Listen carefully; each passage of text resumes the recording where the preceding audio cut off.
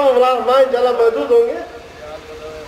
یہ آل کا در ہے تو وہاں ڈھونڈ رہا ہے، کردار محمد کو کہاں ڈھونڈ رہا ہے، کردار محمد کو کہاں ڈھونڈ رہا ہے. یہ آل کا در ہے تو وہاں ڈھونڈ رہا ہے، یہ آل کا در ہے. ایک درود پڑھے معظم اللہ.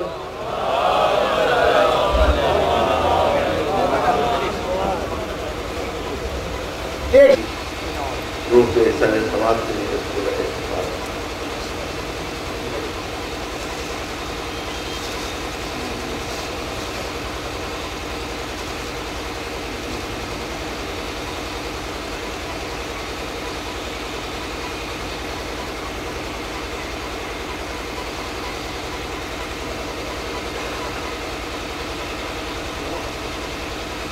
أعوذ بالله السميع العليم من الشيطان اللعين الرجيم. بسم الله الرحمن الرحيم. الحمد لله رب العالمين، والصلاة والسلام على سيدنا ونبينا وشفيعنا أبي القاسم الطيبين الطاهرين المعصومين وصحبه الكرام المجاهدين. أما بعد، وقال الله سبحانه تبارك وتعالى وهو أصدق القائلين: لقد خلقنا الإنسان في أحسن تقويم ثم رددناه أسفل سافلين. صلى الله عليه محمد وعلى آله محمد. مجھے شرمندگی ہے، میں 3-4 دن پہلے کر دیا تھا، لیکن وقت نہیں ہو سکتا. بہت اہم چیز ہے، لیکن پھر بھی میں آپ بتا سمجھتا ہوں. لیکن آپ کو بھی زیادہ ناگواری محسوس نہیں ہونا چاہیے کہ ایک مجلس میں ایک قلب کے بجائے 2 قلب ہے. نہیں پتا کب تک وہ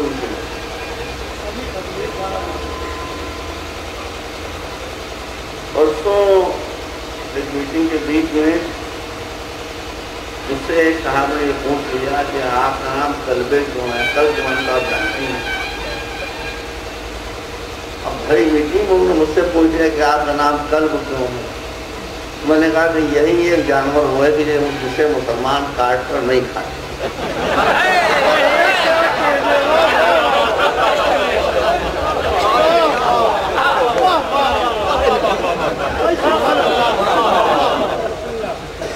اپنی جان بچانے کے لیے میں نے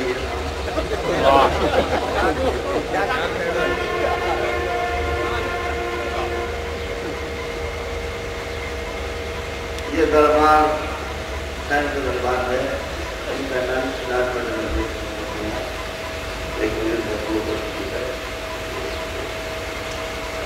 لیکن اس دربار میں جس میں شیعہ اور سنی اور ہندو سب موجود ہیں، مجھے اسی کے لحاظ سے کچھ باتیں آپ کے سامنے پیش کرنا. قرآن اللہ کا کلام ہے اور یہی اکیلی کتاب وہ ہے اللہ کی طرف سے اتاری ہوئی کہ جس میں ایک حرف بھی ادھر سے ادھر نہیں.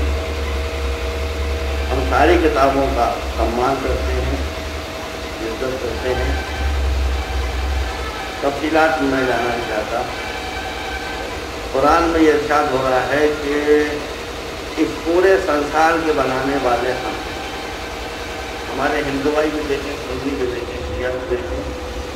آپ مجھے پورے سنسار کی کوئی ایک چیز ایسی بتا دیں کہ جو اس پرماتما نے، اس اللہ نے نہ بتایا، اس کو کسی نے نہیں بنایا. باقی ہر چیز کو اس نے. آپ اپنے کو پہچانیں، اللہ کو بعد میں پہچانیں گے، پہلے اپنے آپ کو پہچانیں. اس نے سمندر بنائے، اس نے دریا بنائے، اس نے پہاڑ بنائے، اس نے پھول بنائے، اس نے پتیاں بنائی،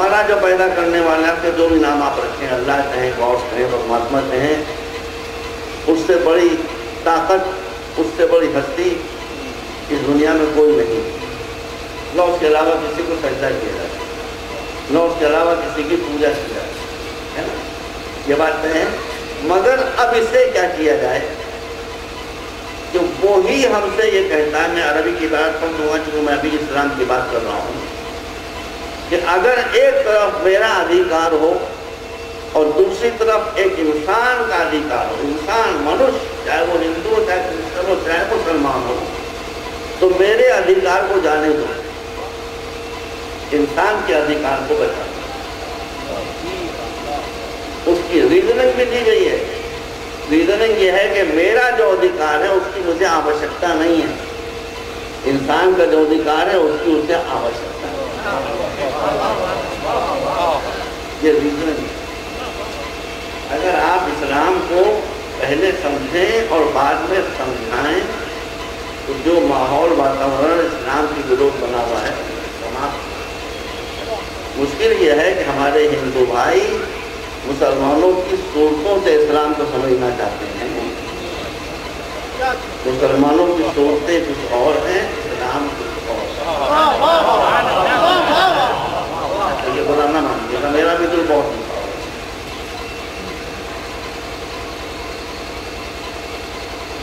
ہندو بھائی مسلمانوں کو یا اسلام کو پہچانتے ہیں مسلمانوں کی داڑھیوں سے، پہچانتے ہیں اونچے پیجاموں سے، پہچانتے ہیں نیچے کرتوں سے، پہچانتے ہیں مسجدوں سے، پہچانتے ہیں گنبدوں سے، پہچانتے ہیں میناروں سے۔ اگر ہمارے ہندو بھائی کسی گاؤں میں جائیں اور دیکھیں کہ یہاں مسجد موجود ہے، سمجھ لیں گے یہ مسلمان بستی ہے، سمجھ لیں گے۔ مینار دیکھیں گے مسجدوں کے، سمجھیں گے یہ مسلمان بستی، یہی ساری بات ہے۔ وہ ظاہر سے اسلام کو سمجھنا چاہتا ہے۔ میں بھی مسلمان ہوں، لیکن ایک مسلمان وہ بھی تھا جو کل ایمان، جس کے اندر ایمان ڈھلا ہوا تھا۔ جب اس سے یہ پوچھا گیا، ہندو بھائی سنیں کتنا انتر ہو گیا، جب اس سے یہ پوچھا گیا کہ ہم کسی اسلامی بستی کو کیسے پہچانیں کہ یہاں مسلمان بستے ہیں، تو اس نے گنبدوں کا نام نہیں لیا، اس نے میناروں کا نام نہیں لیا، اس نے مسجدوں کا نام نہیں لیا، اس نے لمبے کرتوں کا نام نہیں لیا، اس نے اونچے پاجاموں کا نام نہیں لیا، اس نے داڑھیوں کا نام نہیں لیا۔ اس نے کہا مسلمان بستی وہ ہوگی کہ جہاں مانگنے والا کوئی نہ ہوگا، دینے والے سب۔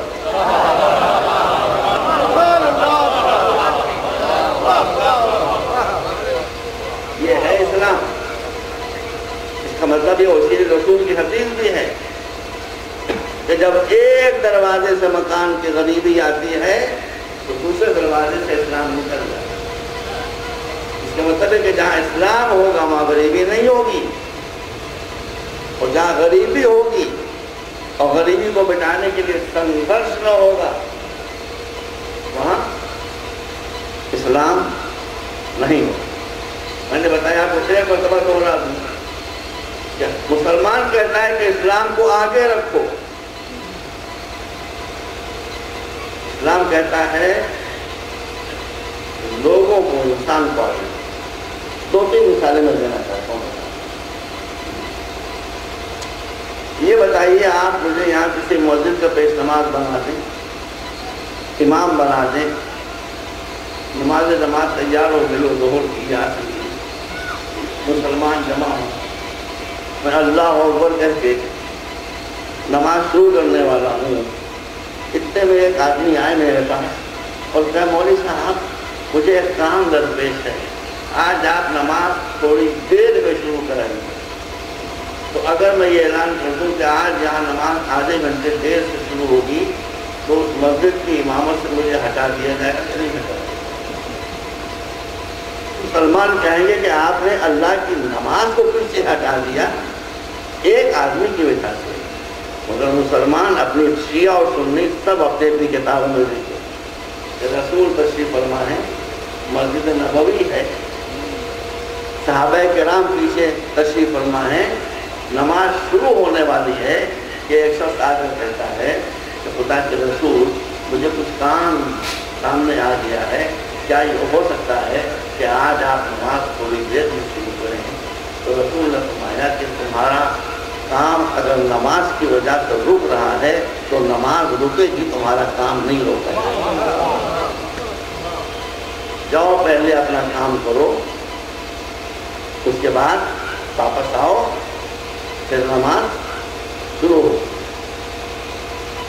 ایک واقعہ اور سنیے، تو جلدی ہے سب میں وہی پڑھ رہا ہوں کیونکہ شیعہ سنی مجمع ہے، جو شیعہ سنی سارے کتابوں میں موجود ہے۔ رسول دھیرے دھیرے نماز پڑھتے تھے، نماز پڑھ رہے ہیں، جماعت کی نماز ہو رہی ہے، دھیرے دھیرے پڑھ رہے ہیں۔ اتنے میں پیچھے نماز پڑھنے والوں نے یہ محسوس کیا کہ ایک دم سے رسول کی نماز کی اسپیڈ بہت تیز ہو گئی اور جلدی جلدی جلدی جلدی نماز کو 1 منٹ 1.5 منٹ کے اندر اندر سماپت کر دیا، ختم کر دیا۔ اب نماز پڑھنے والوں کو حیرت ہوئی، یہ کیا بات ہو گئی کہ اتنی جلدی نماز ختم کر دی؟ تو رسول رحمٰ کے بات یہ ہوگی کہ نماز شروع ہو چکی تھی تو ایک استری، ایک مہیلا اپنے بچے کے ساتھ مسجد میں آئی اور مسجد کی نماز میں وہ بھی شامل ہو گئی۔ بچوں کو پہلو میں اس نے بٹھا دیا تھا، بچے نے ماں کے غم میں رونا شروع کیا، اس کے رونے کی آواز میرے کان میں پہنچی۔ اسلام کسی ایسی عبادت کو قبول کرنے کے لیے تیار نہیں ہے کہ جس کی وجہ سے کسی کی آنکھوں میں آنسو آتا ہے۔ اس لیے میں نے نماز کو جلدی جلدی ختم کر دیا کہ اللہ کی نماز جلدی ختم ہو جائے، لیکن ایک بچہ اپنے ماں کے غم میں رو رو کر تڑپ کر فریاد نہ کر۔ یہ بات یاد رکھنا، پہلی بات۔ میں مسلمانوں سے کھما چاہتا ہوں، ہولی میں کبھی کبھی یہ ہوتا ہے کہ مسجد کے اوپر گلیارے رنگ پھینک دیتے ہیں، تو مسلمانوں کو یہ نہیں آتا ہے کہ وہ اس رنگ پر چونا پوچھ دیں، اس لیے کہ مسلمانوں کو چونا لگانا آتا ہے، دونوں پوچھنا نہیں آتا۔ یہ نہیں کر سکتے، وہ چونا پوچھ دیتے تو ختم ہو گیا۔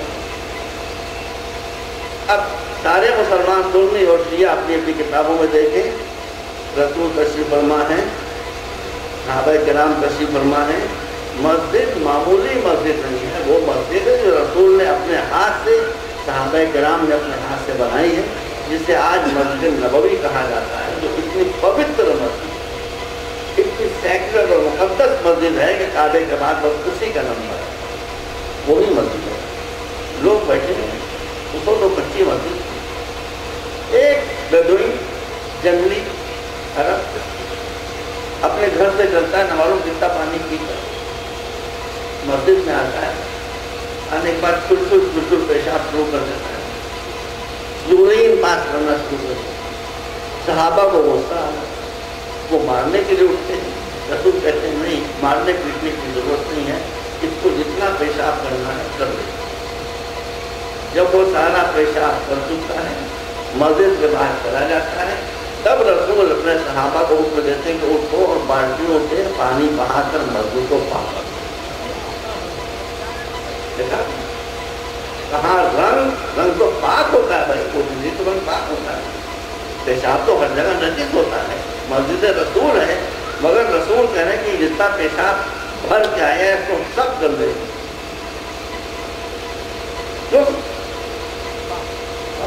تو کے بیٹھ گئے، پانی سے مسجد کو پاک کر دیا گیا، وہ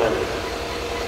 وہ تو آیا ہی تھا اس لیے کہ میں آ کر جب یہ حرکت کروں گا تو مسلمان بھڑکیں گے۔ مسلمانوں کو بتانا چاہتا ہوں، آیا ہی تھا اس لیے کہ مسلمان بھڑکیں۔ اس کا مطلب ہے کہ جو لوگوں کے بھڑکانے میں آ جائے وہ رسول کا سچا پیروکار نہیں ہوتا۔ وہ آیا ہی تھا اس لیے کہ مسلمان بھڑکے، مگر رسول نے روکا۔ اب وہ پلٹ کر اپنے ٹرائب میں گیا، وہاں جانے کے بعد اس نے کہا کہ میں تو جا کر اس لیے موتا تھا، وہاں پیشاب کیا تھا کہ لوگ بھڑکیں گے، مجھے ماریں گے، میں وہاں سے کہتا رہوں گا کہ رسول نے اپنے اتھی کو، اپنے مہمان کو مارا اور پیٹا، لیکن وہاں تو یہ ہوا کہ میں نے جتنا میں پیشاب کر سکتا تھا میں نے پیشاب کیا، لوگ پوچھے مجھے مارنے کے لیے پیٹنے کے لیے مگر رسول نے ان کو روک، اگر مسلمان مارتے تو پٹ کر جوتے کھا کر چلا جاتا، مگر اس اخلاق کا اثر یہ ہوا کہ پورا ٹرائب مسلمان، اس کا مطلب ہے کہ جذبات میں آ جانے سے اسلام رکتا ہے، جذبات کو بڑھنے سے روکنے سے اسلام پھیلتا ہے۔ ایک مرتبہ صلوات بھیجیں،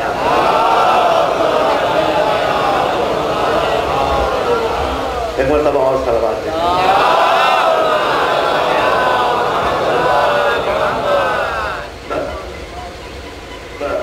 آپ اسلام کو پہچانے، بیکاری کا مخالف نہیں ہوں، میں اونچے پائجامے کا مخالف نہیں ہوں، میں لمبے کرتے کا مخالف نہیں ہوں، مجھے غلط نہ سمجھیے، مگر یہ ظاہر ہے، داڑھی تو کوئی بھی رکھ سکتا ہے،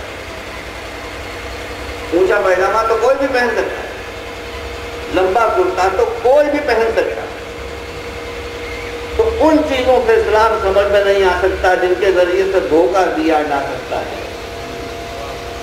اسلام سمجھ میں آئے گا کریکٹر، اسلام سمجھ میں آئے گا انسانیت، اسلام سمجھ میں آئے گا اس وقت کے جب آپ رسول کے کردار کی چلتی پھرتی تصویر بن جائے، یہ دیکھیں کہ ان کا سلوک دوسروں کے ساتھ کیا تھا، دوستوں کے ساتھ کیا تھا، دشمنوں کے ساتھ کیا تھا، اپنوں کے ساتھ کیا تھا، غیروں کے ساتھ کیا تھا۔ صلوات پر محمد۔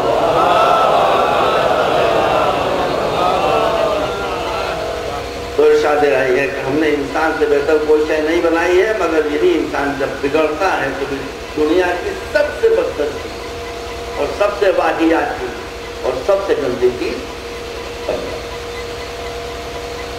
اور اچھی مثالیں بھی آپ کے سامنے موجود ہیں اور بری مثالیں بھی موجود ہیں، ہر دھرم میں اچھے سے اچھے لوگ بھی گزرے ہیں اور ہر دھرم میں برے سے برے لوگ بھی۔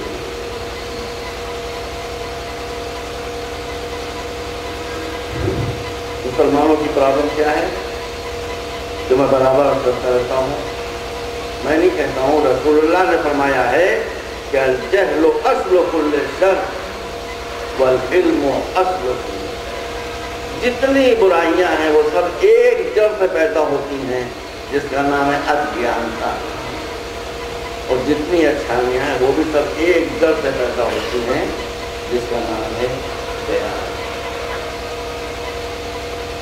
میں اپنے مسلمان بھائیوں کو وشواس دلانا چاہتا ہوں کہ سائنس اور ٹیکنالوجی اسلام کی سیوا کرنے والے ہیں، اسلام کے دشمن ہیں۔ ابھی میں آپ کو ایک بات بتاؤں، پہلے ایک واقعہ سن لیں جو مسلمانوں نے تو سنا ہی ہوگا، شیعوں نے خاص طور پر سنا ہوگا مگر ہندوؤں نے نہیں سنا ہوگا۔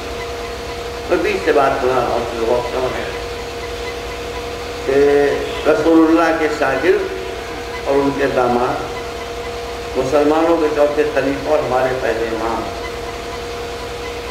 جن کے خلافت پہ جھگڑا ہو سکتا ہے مگر جن کے گیان میں کوئی جھگڑا نہیں ہوتا۔ یہ سب مانتے ہیں کہ ان سے زیادہ گیان کسی کے پاس نہیں۔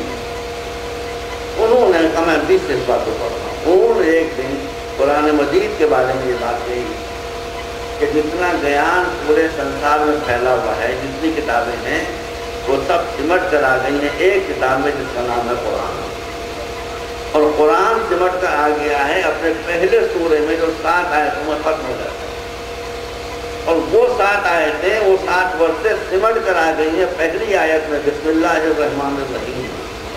یہ ابھی میں نے 3-4 دن پہلے معلومات مجھے میں آپ کے سامنے پیش کر رہا ہوں،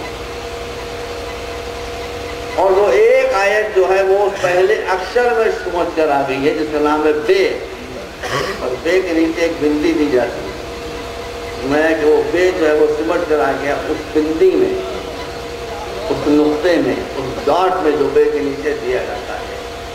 اس کا مطلب یہ ہے کہ پورے کائنات کے علم سمٹ کر ایک کتاب میں آ گیا ہے، کتاب سمٹ کر ایک سورے میں آ گئی ہے، سورہ سمٹ کر ایک آیت میں آ گیا ہے، آیت سمٹ کر ایک حرف اور ایک اکثر میں آ گئی ہے، اور وہ اکثر سمٹ کر ایک بندو میں آ گئی ہے، ایک ڈاٹ میں ایک نقطے میں آ گیا ہے۔ اس کا مطلب ہے کہ جتنا علم ہے وہ سمٹ کر ایک نقطے میں آ گیا۔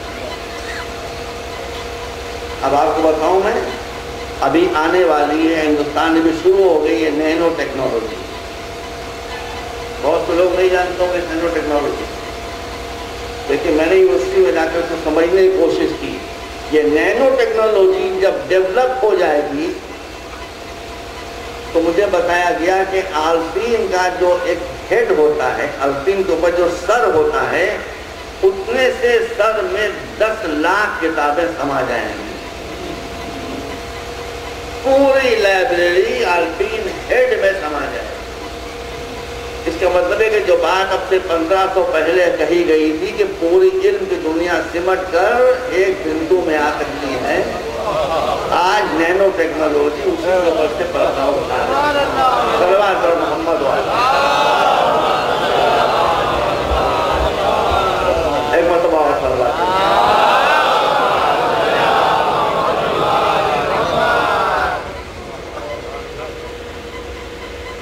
یاد رکھیے کہ جہاں گیان ہوتا ہے وہاں آدمی بھٹکتا نہیں، جہاں جہالت ہوتی ہے وہاں آدمی بھٹکتا. اس لیے کہ جہالت جانور میں ہوتی ہے. میں کبھی شکار کرنے جاتا تھا، بہت زمانہ ہوا، مظفر نگر ضلع میں میں گیا تیتر کا شکار کرنے کے لیے. معلوم کہ تیتر جو ہے وہ اس جھاڑی میں چھپا ہوا ہے. ہم یہ کرتے تھے کہ ڈھیرا اٹھا کر اس جھاڑی میں پھینک دیتے. اگر اس ڈھیلے کو وہ تیتر برداشت کر لیتا تو اس کی جان بچی رہتی، مگر وہ جانور تب بھڑک گیا، باہر نکل آیا، گولی کا نشانہ بن گیا بیچارہ. مجھے افسوس تھا کہ میں نے دیا گولی کا نشانہ بن گیا. پھر ہم اس کو پکا کر کھائے. تو اس کا مطلب ہے کہ جہاں جہالت ہوگی وہیں آدمی بھڑکنے پر تیار ہوگا. اور جو لوگ ہوشیار ہوتے ہیں وہ ہمیشہ جاہلوں کو بھڑکا رہ کر ہی سمسیائیں اتپن ہوتی. میں آپ سے سمجھ رہا ہوں، مسلمانوں کو بھڑکانے والے لوگ موجود ہیں. ہندو بڑے سجن ہوتے ہیں مگر انہیں ہی بھڑکانے والے موجود ہیں. ابھی کچھ دن پہلے پروین تومریا جی نے یہ بات کہی کہ اگر بابری مسجد کا ایشو سالو نہیں ہوا تو ہم ہر مسجد کے پہلو میں ایک مندر بنا دیں. وہ بولتے کم چیختے جاتا ہے. میرا ان کا کہیں مطلب ڈاکٹر ہوا ہے، بولتے کم ہیں پوچھتے جاتے ہیں. پہلی بات تو میں مسلمانوں سے کہنا چاہتا ہوں، بھائی آپ چاہے بگڑے ہو چاہے میں اس کی پرواہ نہیں. مسلمانوں میں مسجد کا بہت احترام ہونا، لیکن جب کوئی مسلمان مسجد بناتا ہے تو ہمارے نزدیک تو وہ مسجد ہے، لیکن ضروری نہیں ہے کہ جس کی مسجد ہے اس کے نزدیک بھی وہ مسجد ہو.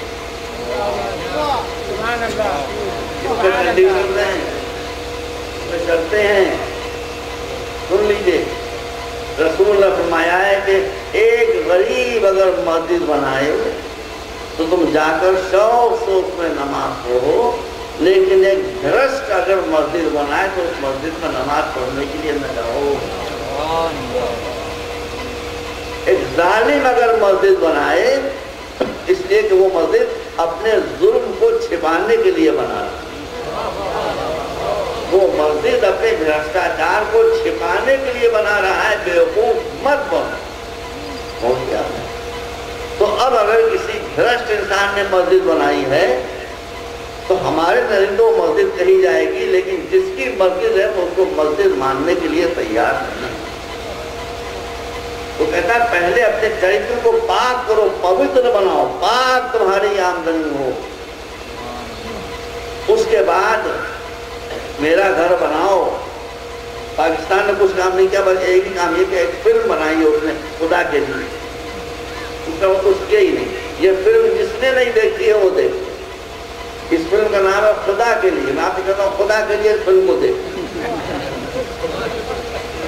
اس فلم میں ایک ڈائلاگ یہ ہے، ایک ڈائلاگ روشن خیال عالم ہے، وہ یہ بات کہتا ہے کہ لوگوں کا عالم یہ ہے کہ حرام کے پیسے جیب میں ہوتے ہیں اور حلال گوشت کو ڈھونڈتے رہتے ہیں.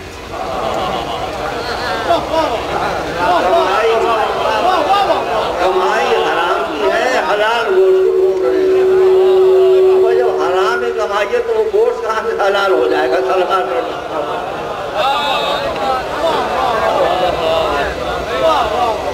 حرام کی کمائی جیب میں ہے اور حلال گوشت کی طرح. تو حرام کمائی سے اگر مسجد بنائی گئی ہے تو مسجد نہیں ہے. کسی کی زمین چھین کر اگر مسجد بنائی گئی ہے تو وہ مسجد نہیں ہے, وہ مسجد ہے ہی نہیں. اگر کسی کی زمین چھین کر آپ نے مسجد بنائی, چاہے وہ ہندو ہو چاہے وہ کرسچن, آپ کسی کی زمین چھین کر مسجد نہیں بنائی.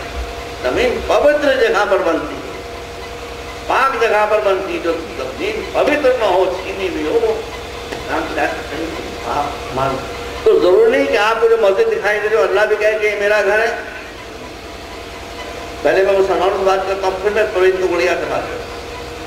میری مسلمانوں سے نویدن یہ ہے کہ آپ اگر مسجد بنائیں گے, اگر ضرورت ہے تو پاک اور پاکیزہ پیسے سے مسجد بنائیے, بہت اچھا ہے, نماز پڑھیے, بہت اچھا ہے. لیکن مسجدوں کی ہوڑ کے پیچھے آپ نہ لگیں, اس لیے کہ ضروری نہیں ہے کہ آپ جسے مسجد کہیں اللہ بھی اسے اپنا گھر کہے. دروازے بنایا, اس نے کہا تھا کہ میرا گھر بنا دے. تو اس کا گھر بنا سکتا تھا مگر تو نے اس کا گھر نہیں بنایا. اگر وہ گھر تو میرے بے گھر بندے کے لیے بنا دیتا تو وہ گھر اس کا نہیں ہوتا, اس گھر کو میں اپنا گھر.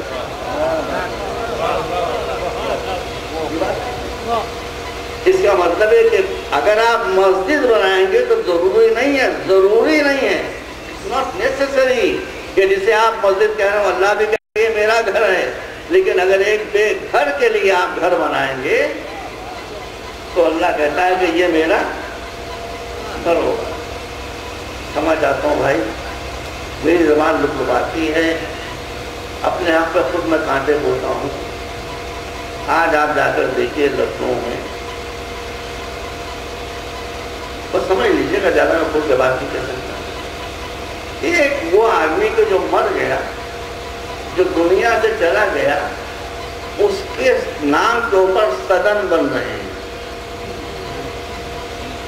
پورا پتھروں کا شہر بن رہا. جو چلا گیا, جو کسی مکان میں اب آ کر رہ ہی نہیں سکتا, اس کے لیے اربوں روپے خرچ کر کے سدن بنائے جا رہے ہیں, یادگاریں بنائی جا رہی ہیں, اور اس سدن کے بنانے والے مزدور فٹ پاتھ پر سو رہے ہیں. پرسوں ہی ایک کار کے ایکسیڈنٹ میں اپنی جان کھو رہے ہیں. آپ ایک مردہ کے لیے اربوں روپے خرچ کر کے گھر بنا رہی ہیں, زندوں کے لیے گھر نہیں بنا رہی ہیں. وہ سڑکوں پر اور فٹ پاتھوں پر سو رہے ہیں. اسلام اس کی اجازت نہیں دیتا, مسلمان چاہے اس پر عمل کرے, اسلام اس کی اجازت. اب میں پروین ٹکڑیا سے بات کرتا ہوں. ٹکڑیا جی سے میں کہنا چاہتا ہوں, بے شک آپ آ سکتی ہے, آپ کے پاس پاور ہے, آپ ہر مسجد کے پہلو میں ایک مندر بنائیے. نتیجہ کیا ہوگا؟ نتیجہ یہ ہوگا رسپا. ادھر اذان ہوگی, ادھر گھنٹہ بجے گا, گھنٹے والے اذان والوں پر چل دوڑیں گے, اذان والے گھنٹے والوں پر چل دوڑیں گے. ایک خون کا دریا, ایک رقت کا دریا ہے کہ جو اس ملک میں بہنا شروع ہو جائے گا. ہوگا کہ نہیں ہوگا؟ مجھے بتائیے, ہوگا. میں آپ سے نویدن کرتا ہوں کہ مندر بنانے کے بجائے ہر مسجد کے پہلو پر وسیع مندر بنائیں. ہر مسجد کے پہلو میں اسکول بنا, آپ پاس فرض کی کمی نہیں ہے, اور اس میں آپ ہندو بچوں کے ساتھ ساتھ مسلمان بچوں کو بھی پڑھائیے. جب مسلمان بچے آپ کے اسکول میں پڑھ کر نکلیں گے تو ان کی مینٹلٹی چینج ہو جائے گی, اور جب مینٹلٹی چینج ہو جائے گی تو مسئلے کا حل بہت آسانی سے نکل سکتا ہے. ایک مرتبہ صلوات دیکھیں آپ.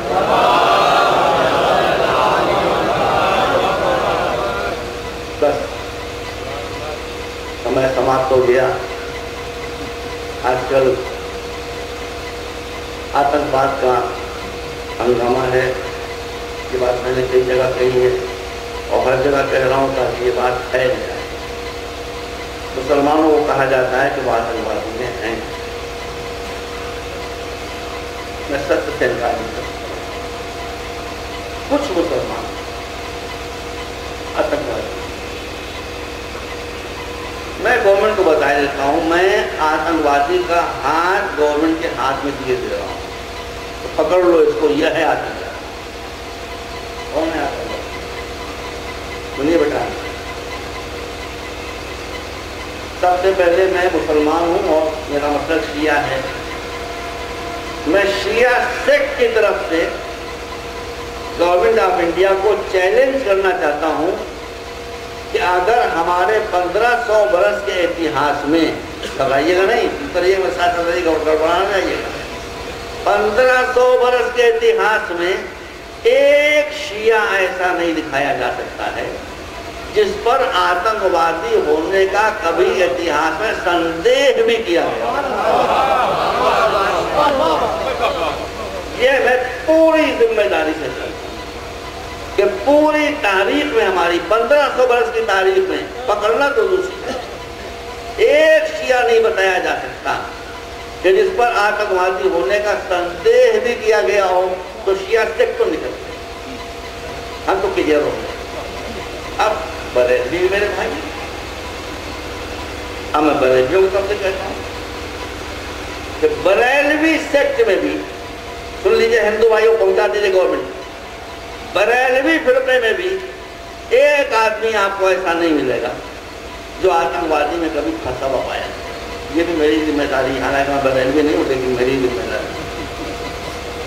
میں اپنے کو اور مصیبت میں پھنسا رہا ہوں اور آگے بڑھتا ہوں. گھبرائیے گا نہیں، بیٹھتے ہی. اب میں دیوبندیوں کی ذمہ داری لیتا ہوں. میں مسلمان بھی ہوں، حق کا میرا بھائی. دیوبندی سیکٹ میں بھی کوئی آدمی ایسا نہیں دکھایا جا سکتا ہے کہ جو آتنکوادی رہا ہو. نہیں.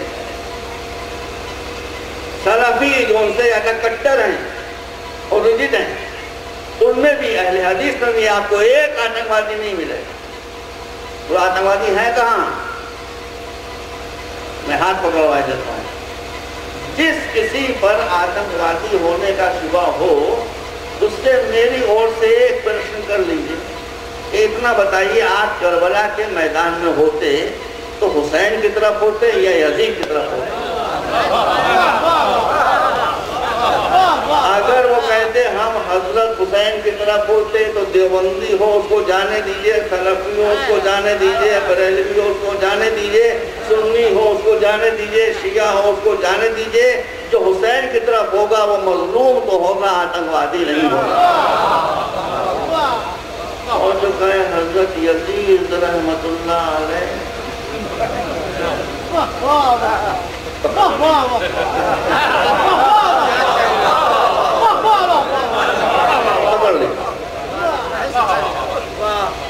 یا وہ آتنکوادی ہوگا یا اس میں آتنکوادی ہونے کا پوٹینشل آگے بڑھ کر باقی کوئی مسلمان آتنکوادی. اسی لیے ہم یہ مجلسیں کرتے ہیں.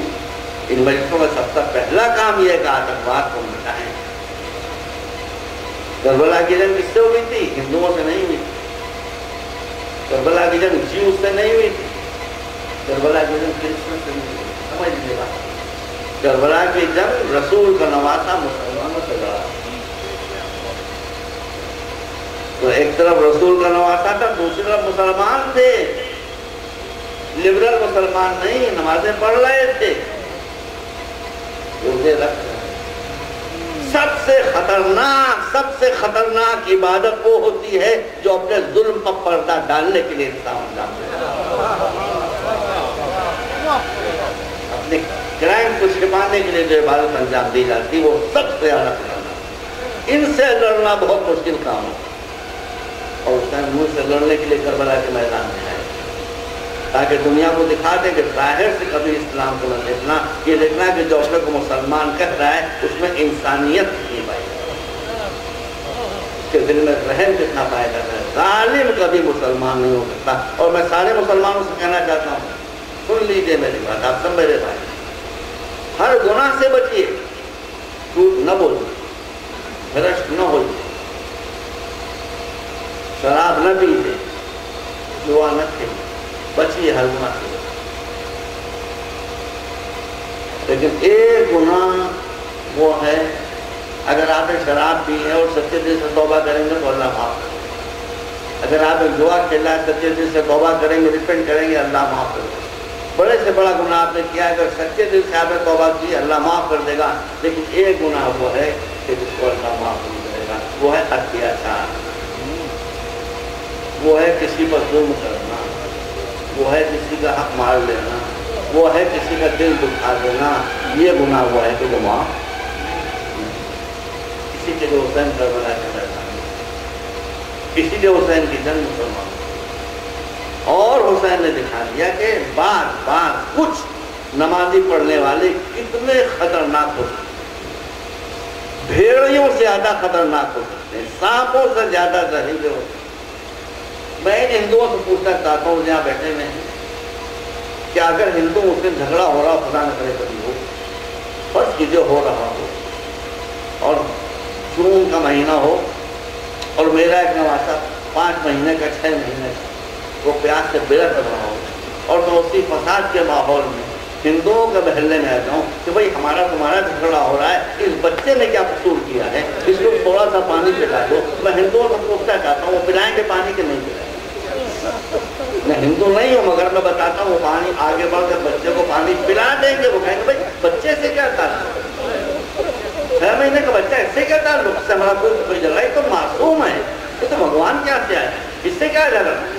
اس کا مطلب کیا ہے، جھگڑے فساد اور دنگے کے بیچ میں ہندو 6 مہینے کے بچے کو، میرے نواسے کو، کوبل کو پانی پلا دیں گے۔ ہندو بھائی دیکھیں یہ ہندو ہیں اور وہ اپنے کو مسلمان کہہ رہے ہیں، جن کے سامنے رسول کا نواسا آیا 6 مہینے کے رسول اور کہا کہ بھائی میں نے خطا کی ہے، میں نے قصور کیا ہے، میں نے غلطی کی ہے، اس 6 مہینے کے بچے نے یہ 3 دن سے پیاس سے تڑپ رہا، اس کی ماں کا دودھ خشک ہو چکا، سامنے ندی بہ رہی ہے، اگر 2-4 بوندیں پانی کی لے کر اس کے حلق میں ٹپکا دو گے تو ندی کا پانی تو کم نہیں ہو جائے گا مگر جان اس کی ہوتی ہے۔ تو بھائی یہ ہوا کیا ہوا اس کے جواب؟ اس کے جواب میں یہ ہوا تو جو لشکر یزیدی کا کمانڈر تھا، تیر پھینکنے والا ایک بہت بڑا پہلوان تھا، اس سے اس نے کہا کہ تو حسین کی بات کو کاٹ، ادھر یہ پیاسا بچہ اپنا کومل چہرہ موڑے ہوئے لشکر کی طرف اپنی سرخی ہوئی زبان سوکھے ہوئے ہونٹوں پر پھرا رہا ہے اور وہاں بڑے پیار بھری نظروں سے بچے کا یہ منظر دیکھ رہا ہے۔ ادھر کمانڈر حکم دے رہا تھا کہ حسین کی بات کو کاٹ، اس نے 3 بھال کر تیر اپنی کمان سے دورا، حسین تو بچے کی طرف دیکھ رہے ہیں، ایک مرتبہ وہ تیر سنسناتا ہوا آیا اور بچے کے گلے پر بڑا بچہ امام کے ہاتھوں پر الٹ ہوا ہے۔ اتہاس میں کہیں ہے، ہندو اتہاس میں ہوا ہے کہیں ہے، کرسچن تاریخ میں ہوا ہے کہیں ہے، کہیں آپ کو یہ گھور اندھیر نہیں ملے گا، مگر باپ بھی ایسا تھا، بچہ اس کے ہاتھوں کو الٹ کلابازی تیر گلے کو اٹھتا کرتا، باپ نے تیر نکالا، خون بہنا شروع ہوا، اس بچے کے معصوم خون کو لے کر امام نے اپنے چہرے پر مارا۔ اس کے بعد بس مجلس ختم ہو گئی، اپنے کیمپ کی طرف حسین کے بچے کو لے کر چلے، مگر بچے کی لاش پر اپنی ابا کا دامن ڈال دیا۔ آنے کے بعد آواز دی اس بچے کی ماں کو جس کا نام تھا رباب، کہا رباب آ اور آ کر اپنے بچے کو دے۔ اب ماں نے یہ کہہ کر بچے کو دیا تھا کہ میرے والد جا کر میرے بچے کو پانی پلا لائے۔ بچہ جب گیا تھا تو پیاس کی وجہ سے ہاتھ پاؤں کھینچتا ہوا آ رہا تھا، ظاہر ہے کہ کسی بچے کو پانی مل جائے تو وہ پرسکون ہو جاتا ہے، اس کو سکون مل جاتا ہے اور لاسٹ میں پرسکون ہوتی ہے۔ بچے نے جب ماں نے جب دیکھا کہ بچہ سکون سے آیا ہے تو اس کو یہ خیال ہوا کہ میرے بچے کو پانی مل گیا۔ ماں نے تڑپ کر اپنے شوہر سے کہا کہ میرے والد میرے پانی مل گیا، حسین نے زبان سے پوچھا ابا کا دامن ماں کی نظر لاش کو پڑی، زبان سے اتنا کہا کہ مسلوں کا یوں نہ تجھے بھی حلال کر دیا گیا، تجھے بھی ذبح کر دیا گیا۔ بس آپ نے جملہ کی زحمت ختم کرو۔ میں کربلا میں جو کیریکٹرز تھے وہ میں آپ کو دکھانا چاہتا ہوں۔ 2 منٹ کی مجھے اجازت دے، صرف 2 منٹ کے بعد امام نے اپنی بیوی